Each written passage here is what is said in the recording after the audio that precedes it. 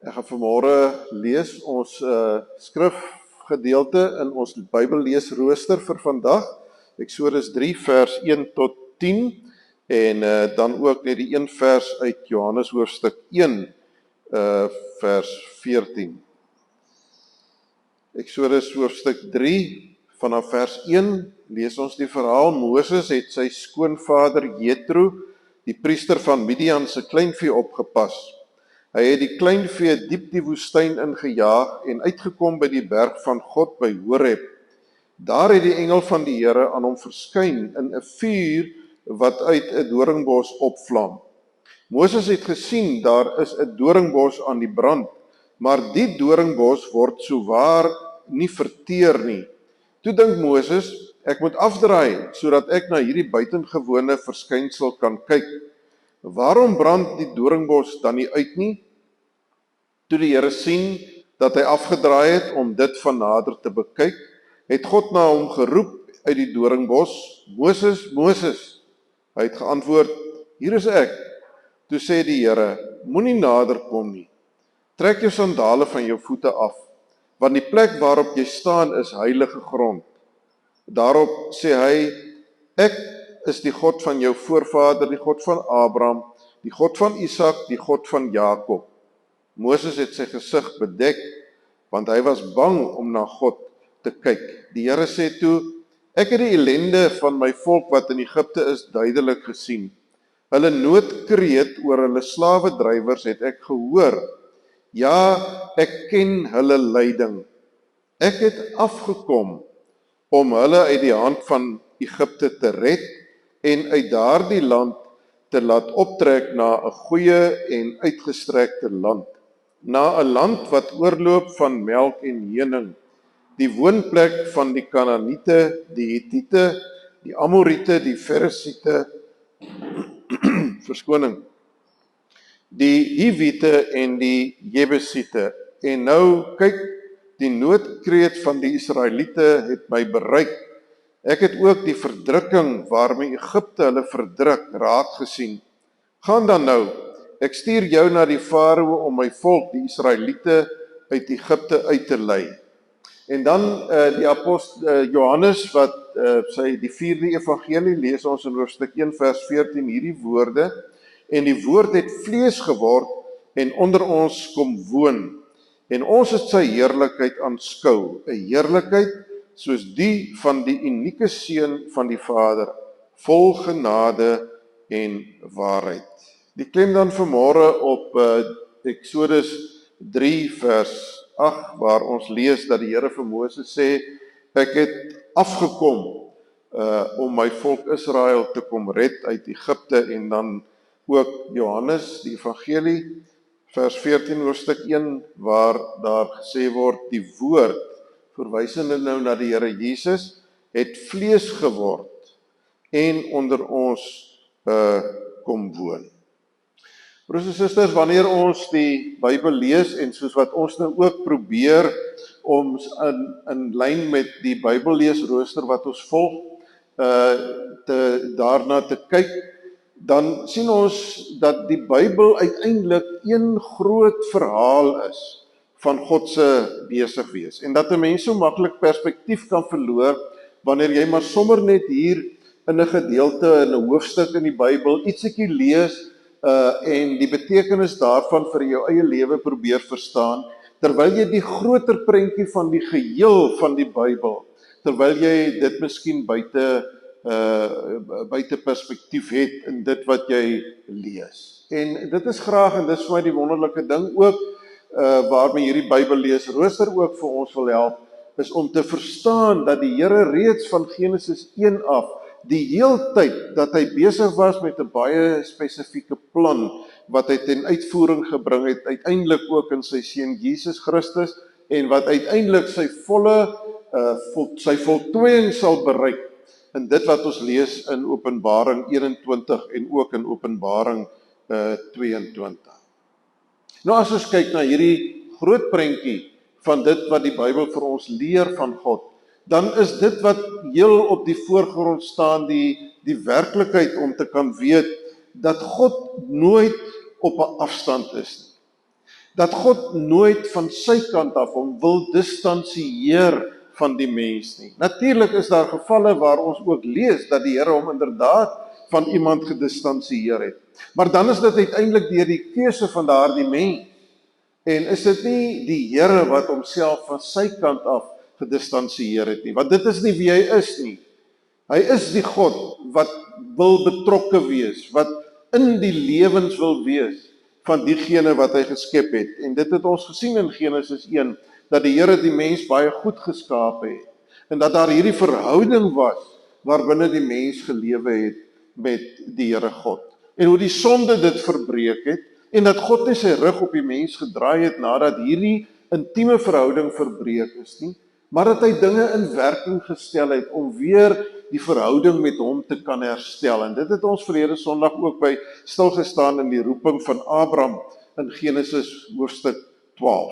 En nou weer hier in, Abraham wat geroep was deur die Here om uiteindelik deur sy nageslag tot seën te wees vir al die nasies.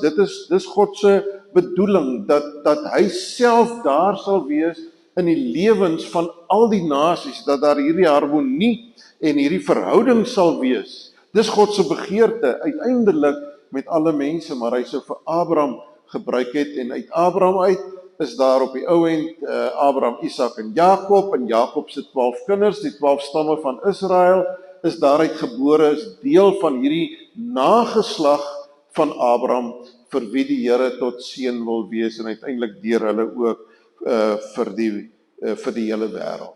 Maar nou vind ons onsself op 'n tydstip in hierdie verhaal, hierdie groot verhaal wat besig is om homself voor ons af te speel, waar hierdie volk van die Here dan nou voortkomend uit die 12 kinders, 12 seuns van Jakob, waar hulle self in Egipte bevind. En daar in Egipte gaan dit ongelooflik moeilik met hulle.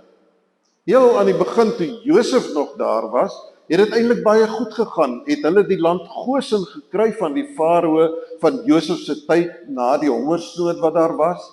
En het dit wonderlik gegaan met hulle, en is daar wonderlik vir hulle voorsien. Maar daarna het ander farao's gekom wat opgevolg het. En vir 400 jaar bevind hierdie klompie mense, hierdie nageslag van Abraham, met wie God 'n plan en 'n doel het, bevind hulle self in die grootste ellende.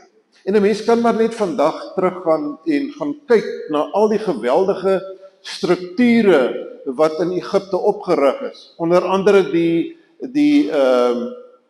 wat noem mense die goed, raak ek dan nou vas, piramides.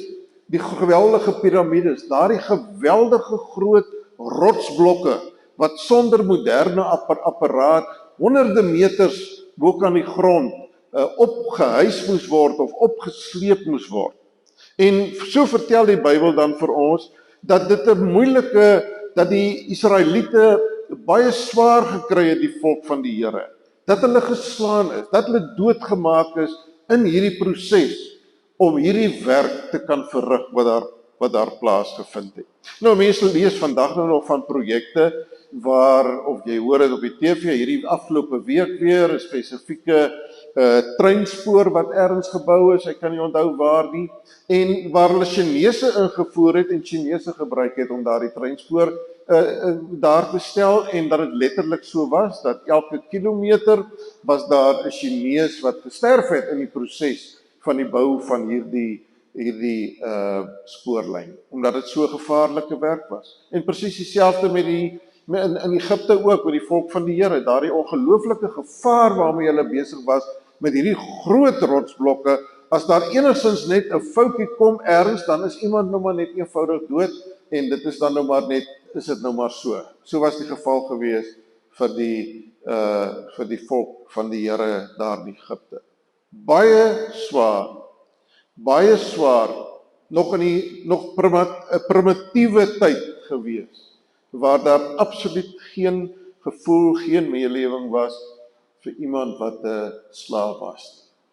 Uiteindelik selfs ook hulle kinders deur die Egiptenare vermoor, die seentjies wat gebore is. Nou, kan dit by 'n mens die indruk skep dat hier vir 400 jaar lank die Here half op een of ander manier onbetrokke was by sy mense. Hierdie nageslag van Abraham met wie hy dan nou besig was. En nou na 400 jaar kom die Here as dit ware weer in die prentjie. Maar wanneer ons deur die bladsye van die Ou Testament blaai, dan kom ons agter dat God se manier van werk is eintlik in 'n sekere sin vanuit ons perspektief gesien 'n stadige manier van werk. Want hierdie manier van God se besig wees met die mensdom strek dit oor eeue, terwyl die mens sy ellende intens belewe in hierdie moment, in hierdie klein oomblik waarbinne jy jouself bevind. Dis eintlik nou in hierdie oomblik wat jy die Here nodig het. Dit is eintlik nou in hierdie oomblik wat jy uitkoms nodig het. Maar hierdie groot prentjie vertel vir ons 'n verhaal van 'n God wat besig is, maar wanneer hy besig is hy nie net besig om sommer maar net probleme op te los en mense uit die moeilikheid uit te haal en te sorg dat alles net met hulle goed gaan nie. Dat die seën van die Here, dat dit eintlik op 'n dieper, baie dieper vlak lê, as dat God maar net die dinge wat in jou lewe gebeur op 'n uitwendige vlak, dat hy daardie dinge vir jou mee gaan help en gaan uitsorteer. Dat God se grootste belangstelling is in die verhouding van hom as die lewende God binne in die lewe van 'n mens. Natuurlik is die Bybel baie duidelik daaroor, ook soos hier in Genesis 3, dat dit wat fisies rondom jou gebeur, dat dit ook vir die Here belangrik is. Maar die boodskap wat na ons kom, is dat wat vir die Here nog meer belangrik is dit wat daar tussen jou en hom gebeur. Hy wat die lewende God is van die groot heelal. Hy wat alles geskep het, van die grootste ding wat daar in die natuur is, die ganse kosmos, wat vir ons oog onbereikbaar is. Honderde duisende ligjare strek hierdie kosmos. Dit is die God, die grootheid van God, die onbeperktheid, dat hierdie ruimte waarbinne ons onsself bevind, blyk dat dit absoluut onbeperk is, dat hoe verder jy kan gaan in die ruimte in, hoe meer sien jy nog net, hoe meer duisende en miljoene ligjare kan jy net nog verder sien. Alles geskape, ook die kleinste ou selletjie in my liggaam, wat nie eers noodwendig sigbaar is vir 'n menslike periskoop om na te kyk nie. Wat is dit? Dis nie 'n periskoop nie. Mikroskoop, teleskoop kyk jy ver. 'n Mikroskoop kyk jy na die klein dingetjies en 'n periskoop kyk jy bo kan die water uit. Dis waarmee die duikbote ry. So onder die sterkste mikroskoop is daar sekerlik nog dingetjies wat ons nog nie eers van bewus is nie. En dit alles het God gemaak, en hierdie oneindige, onbeperkte God wat skitter van grootheid en van sy heerlikheid en van sy majesteit. Daardie God wil intens gemoeid wees met die lewe van die mense wat hy gemaak het. Daar's niemand groter en heerliker wat intens deel wil wees van ons lewens nie. En hier, na hierdie stilte van 400 jaar, waar God as het ware gewag het, dat die oomblik ryp word, dat die tyd daar is, tree die Here weer na vore op 'n nuwe manier, waarop hy van tevore nog nie na vore getree het nie. Moses loop daar in die woestyn, hy's 'n doodgewone skaapwagter, hy's 'n vlugtende moordenaar, hy het iemand uit 'n soldaat in Egipte vermoor, en hy het weggevlug vir sy lewe, en hier sit hy leef hierdie eensame bestaan as 'n herder, wat daar ergens in die woestyn na sy paar skape kyk, wat saam met sy skoonpa en sy vrou woon, en hier brand 'n bos. En Moses gaan nader om uit te vind, wat is hier besig om te gebeur? Is dit, in terme van ons teks vanmôre ook, is dit God wat sê, ek het afgekom. Ek het die hele tyd eintlik gesien wat besig is om met my volk te gebeur. Ek het hulle ellende gesien, ek het hulle swaar kry gesien. Ek het gesien hoe die slawedrywers, hoe hulle geslaan word, hoe hulle doodgemaak word, hoe hulle liggame baie keer vermink word. Ek het dit alles gesien, sê die Here. En ek het gehoor dat hulle begin na my roep. En hulle vra na my. En hulle noodkrete, en 2 keer kom die woord noodkrete voor in die gedeelte wat ons gelees het. Ek het hulle noodkrete, het ek gehoor, en ek het nou afgekom. Ek is nou hier, om iets daaraan te doen. En ek wil op die ou end vir jou, wat Moses is, wil ek gebruik, om hierdie ellende, en hierdie noodkrete van my volk, om dit aan te spreek. Dit beteken nie dat 400 jaar verloop het, dat God onbewus was van wat besig is om te gebeur, of dat God regtig afwesig was nie, as hy dan sê, ek het nou afgekom, beteken dit dat hy die hele tyd daar ergens bo in die hemel was, en dat hy glad nie betrokke was in dit wat gebeur het nie. Hy het tog immers daar in Egipte, toe al die seentjies vermoor word, het hy gesorg dat Moses op die ou end, die enigste seentjie was waarskynlik wat behoue gebly het. Het die Here selfs vir Moses laat leer aan die Egiptiese hof as die aangenome seun van die prinses in Egipte. So God was nie die hele tyd afwesig en onbetrokke gewees nie. Hy was daar gewees. Maar nou kom hy om op 'n anderse manier teenwoordig te wees. Ons lees van Abraham, Isak en Jakob. Ons lees van die interaksie wat daar was tussen hulle en die Skepper God wat alles gemaak het.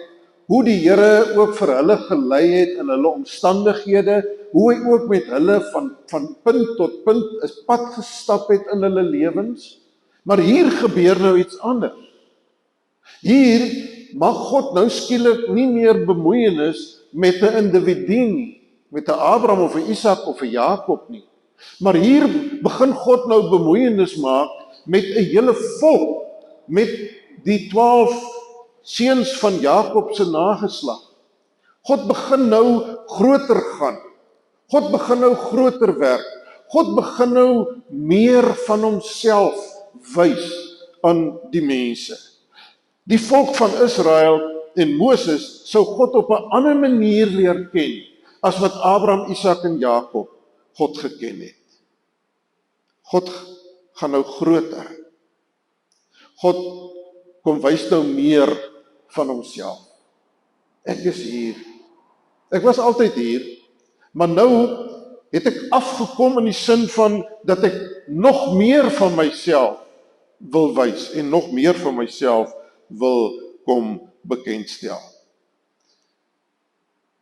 Maar die interessante ding, God gaan nie sê, ek gaan nou vir Egipte, die mense uit Egipte red nie. Wanneer ons kyk na al die wonderwerke wat gebeur het, na al die plaae wat gebeur het, kan ons inderdaad sê, dit is God, want dit is eintlik niemand anders as God, wat die Israeliete gered het nie.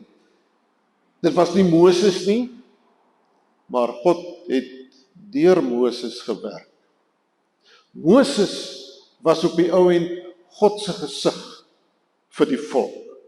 Ons lees ook later in die woestyn, nadat hulle uit Egipte land uit is, waar Moses baie in kontak was met die Here, waar Moses bo op die berg was om daar die Here God te ontmoet en die 10 gebooie daar bo op die berg te ontvang, en hoe God die hele tyd met Moses gepraat het, hoe hy sy volk moet lei, dat Moses se gesig op die ou end so geskyn het, dat hy sy gesig moes bedek vir die volk, en dat hy later eintlik op die ou end met Aaron moet praat as 'n middelganger, sodat Aaron weer kan praat met die volk. Moses se gesig het geskitter. Dit was God se teenwoordigheid wat deur Moses weerkaats is en uitgedra is na die volk van die Here toe. Ek het afgekom. Ek is by julle. Hier waar julle deur die woestyn moet trek en hierdie moeilike omstandighede gaan, is ek by julle. Die beloofde land sal ek vir julle gee. Julle sal droogvoets deur die Jordaan trek in die beloofde land in. Ek het afgekom. Ek is naby julle. Maar tog, is daar nog afstand tussen God en sy mense. God werk deur 'n Moses en deur 'n Aaron. Toe Moses daar by die doringbos is, toe hy die bos sien brand en hy nader gaan, waar God besig is om homself bekend te stel, waar God wil sê ek het afgekom, sê die Here terselfdertyd vir Moses, moenie nader kom nie. Trek jou sandale uit. God se heiligheid is volkome nog in plek. God is naby, die brandende doringbos wys dit, hierdie bos wat nie uitbrand nie, maar wat net eenvoudig bly brand. Dit is bonatuurlik. Dit is God wat hierso is. God is hier aan die werk. Hy self is daarso, in hierdie brandende doringbos. En wanneer Moses naby kom, moet hy sy sandale uittrek. En op die ou end verberg hy sy aangesig vir die Here, omdat die grootheid van die Here se teenwoordigheid net vir hom te veel was. So wanneer die Here op die ou end nou vir Moses stuur, en Moses is hierdie tussenganger, tussen God en die volk, kan ons sê dat God, ten spyte daarvan dat hy nou meer van homself geopenbaar het as teenoor die aardsvaders, kan ons terselfdertyd sê dat God eintlik nog steeds ook 'n mate van afstand handhaaf tussen hom en sy mense. God begin die verlossing. God maak die verlossing moontlik, maar hy self is in 'n sekere sin nog op die berg Horeb. Later toe hulle die tabernakel bou tussen hulle om te sê God het afgekom, God is hier by ons, het God gewoon in die allerheiligste gedeelte van die tabernakel. Dit was die simbool gewees van hier is God op 'n besondere manier teenwoordig.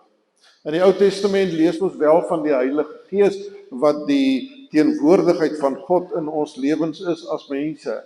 Maar ons lees dat die Heilige Gees is net aan sekere mense gegee. Wanneer iemand gesalf is as 'n profeet of 'n priester of 'n koning, was die salfolie die simbool gewees van die Heilige Gees wat op daardie persoon gekom het. Om te sê die Heilige Gees maak dit vir jou moontlik om profeet of priester of koning te wees. Maar ons lees ook soos in die geval van Saul, dat die Heilige Gees ook weer weggeneem is van iemand af. So God se afkom en God se nabywees het die heeltyd nog in die Ou Testament is daar hierdie mate van 'n afstand wat gehandhaaf word.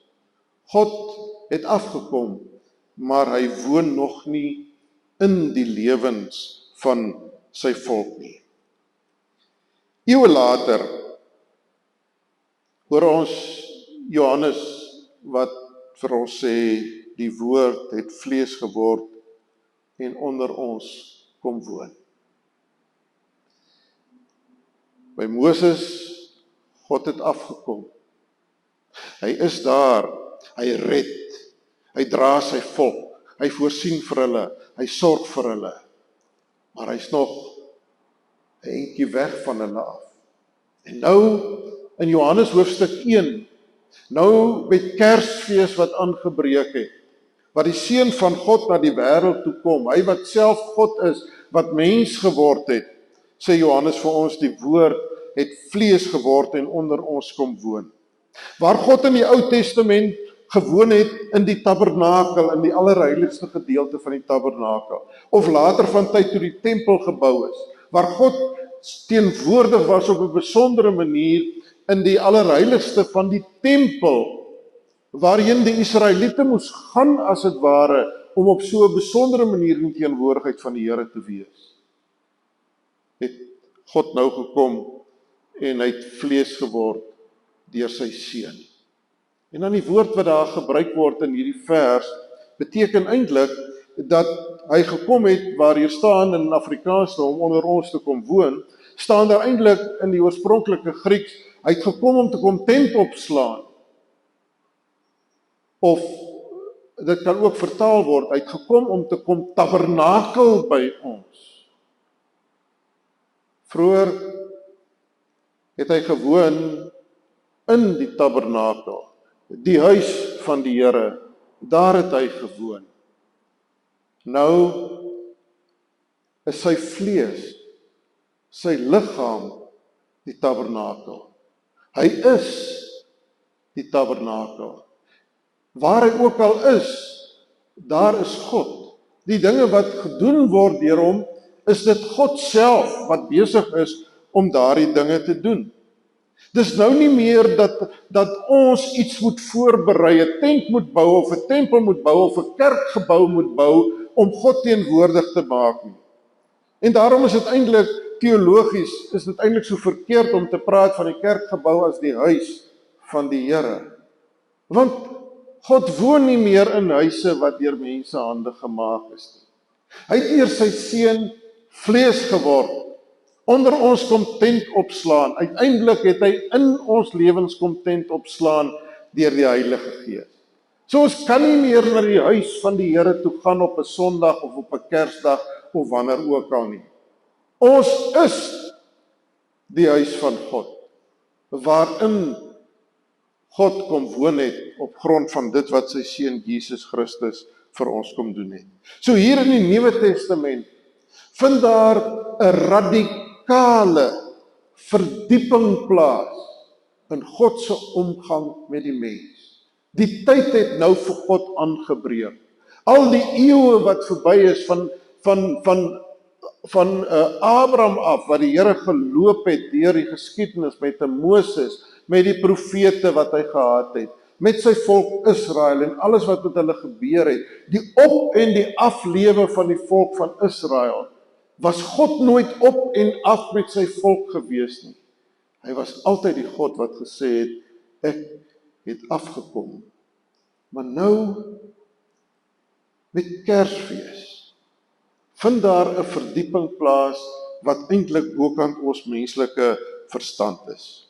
Nou is God nie meer in die vuur wat jou eintlik laat terugduins nie. Die vuur wat van self vir jou sê, jy moet 'n afstand daarvan hou nie.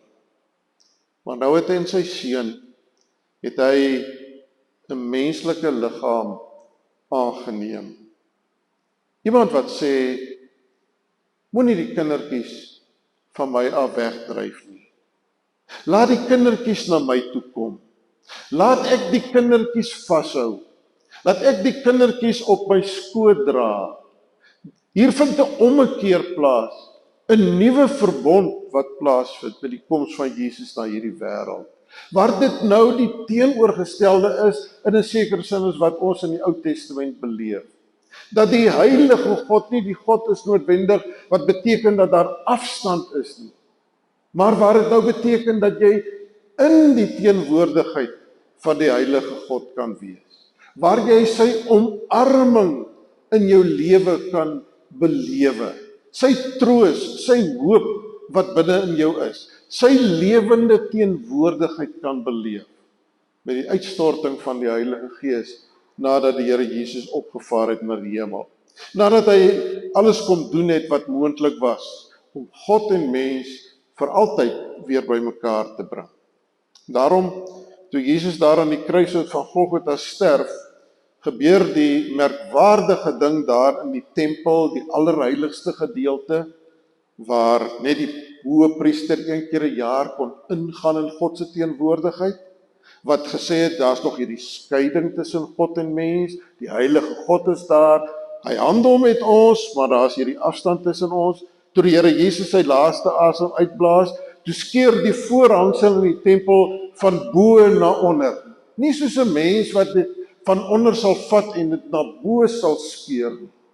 Maar God, met Jesus, wat kom voltooi het, dit waarvoor Abraham geroep is, om tot seën vir die nasies te wees, om te herstel dit wat in Genesis hoofstuk 3 verbreek was, en die verhouding met God tot niet gemaak was, skeur God nou die gordyn oop. Daar's nou nie meer 'n allerheiligste waar God is, en 'n heilige gedeelte waar ons mag kom nie.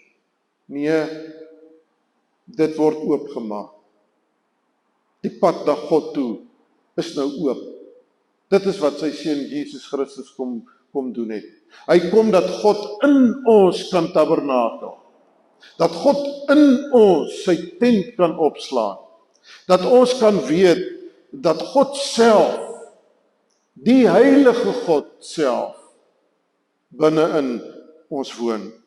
En inderdaad woon hy, die heilige God, dikwels in redelik onheilige lewens. Terwyl ons besig is met al ons worstelinge in die lewe, die op en die af, terwyl ons die begeerte binne in ons het omdat die Here binne in ons lewe deur sy Gees ook gehoorsaam aan hom te leef, om te lewe tot sy eer, en ons terselfdertyd ons elke keer weer bevind in 'n situasie waar ons maar net teenoor onsself en teenoor hom moet erken dat ons lewe nie heilig soos wat hy wil hê dat ons heilig moet wees nie. Daar's hierdie worsteling, die een oomblik voel ek naby aan die Here, die volgende oomblik voel ek myle ver van die Here af verwyder. Maar Kersdag wil vir ons kom sê, daar het iets plaasgevind, onomkeerbaar, dat God het deur die Heilige Gees binne in die wat in hom glo kom woon. Daar's niks meer wat jy kan doen dat God jou meer lief sal hê nie. Dat God meer teenwoordig in jou lewe sal wees. Maar as ook niks wat jy kan doen wat sal maak dat hy homself volledig uit jou lewe uit onttrek nie. Al maak jy ook wat se draaie in jou lewe, hy sal hom nie self onttrek nie. Want al onttrek jy jou van hom, al is jy ontrou, sê Paulus, hy bly getrou. Hy bly getrou aan jou. Dis maar net my gebed, broers en susters, dat die Here vir my en vir jou die genade sal gee vandag, om opnuut weer te besef, dat die heilige God waarvan ons in hierdie groot verhaal in die Bybel lees, wat so progressief homself meer en meer geopenbaar het aan die mens, meer en meer van homself gegee het aan die mens, dat daardie God binne in my en jou woon. God is een God. God kan nie gedeeltelik in my en jou woon nie. Daar kan nie net 'n stukkie van God in my en jou teenwoordig wees. Wanneer God in my en jou woon, dan woon hy deur sy Gees en op grond van dit wat sy Seun moontlik gemaak het, die versoening deur sy bloed, woon God volledig binne in my en in jou. Al voel jy ook partykeer hy's hoe ver. Al voel jy ook partykeer God is so in en uit in jou lewe. Dis nie waar nie. God gaan nie in en uit nie. Wanneer God in jou lewe ingekom het deur die Heilige Gees, is hy daar in al sy volheid en al sy majesteit. Wanneer jy nie aan hom dink nie, wanneer jy ongehoorsaam is hy daar. Daar's niks wat jy vir hom kan wegsteek nie. Daar's niks wat jy in die donker kan doen wanneer ander mense jou nie sien nie en jy dink jy's redelik veilig. Nee, hy's daar. Hy kyk nie van bo af nie. Hy sien daar bo ergens en ek is hier nie. Kersfees wil vir ons sê, hy het vlees geword, hy het kom tent opslaan, binne in my en jou. So jy hoef nie ver te gaan om God te soek in jou tye van krisis en nood nie. Want hy's by jou. Hy's saam met jou in daai omstandighede. Maar tipies aan hom is hy dikwels tydsaam. Verloop daar tyd met jou ellende, wat jou ellende ook al mag wees, terwyl jou noodkrete ook na die Here toe opgaan. En het vir jou dink, het vir jou voel dat hy hoor nie jou in jou nood nie. Maar hy's besig in daardie tyd binne in jou. Omdat hy wil hê dat jy sal leer dat hy op 'n dieper vlak in jou lewe, dat hy altyd daar is en dat heel dikwels in jou lewe jy tevrede moet wees om nie oplossings in jou lewe altyd te ontvang vir alles nie, maar om te weet dat hy self vir jou en vir my genoeg wil wees. Sy volle grootheid, hy alleen is genoeg, in lewe en in sterwe.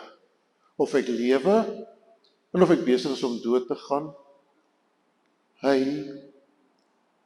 is genoeg. As ek hom het, en sy teenwoordigheid beleef, dan kan ek soos Dawid sê, met my God by my, spring ek oor 'n muur, en loop ek 'n bende storm. Amen. Here Jesus, wil U deur U Gees, wat binne in ons woon, vir ons help, dat ons deur die geloof al meer en meer bewus sal word van U teenwoordigheid. Ja, Here, dat ons sal breek met die gedagte, dat U daar ergens ver kyk na ons en ons lewens. Dat U die ontdekking binne in ons 'n werklikheid sal maak. Dat U reg hierso is, reg in die middel van hierdie gemors, waarbinne ons onsself bevind, of dikwels hierdie gemors wat ons dikwels vir onsself skep, dat U binne in dit is, by ons, en dat U ons nooit sal verlaat nie. Maak ons in hierdie dag op 'n spesiale manier bewus daarvan, Jesus, dat U binne in ons is. Amen.